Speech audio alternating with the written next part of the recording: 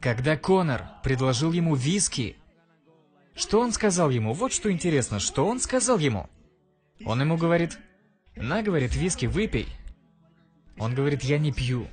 Говорит: «Почему нет?» И что он ему сказал? Он же знал, что Хабиб не пьет.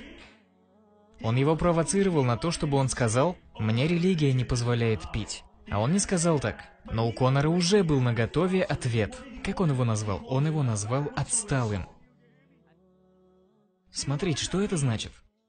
Теперь люди ислам воспринимают так.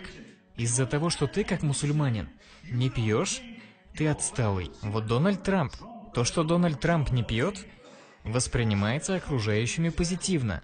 Но когда мусульманин не пьет, из этого делают вывод, что он отсталый. Он должно быть отсталый. И это клевета, наговор, оскорбление. И это не ограничивается одним лишь Хабибом. Он оскорбил и наговорил на миллионы мусульман, прекрасных людей, которые не пьют. Ты отсталый.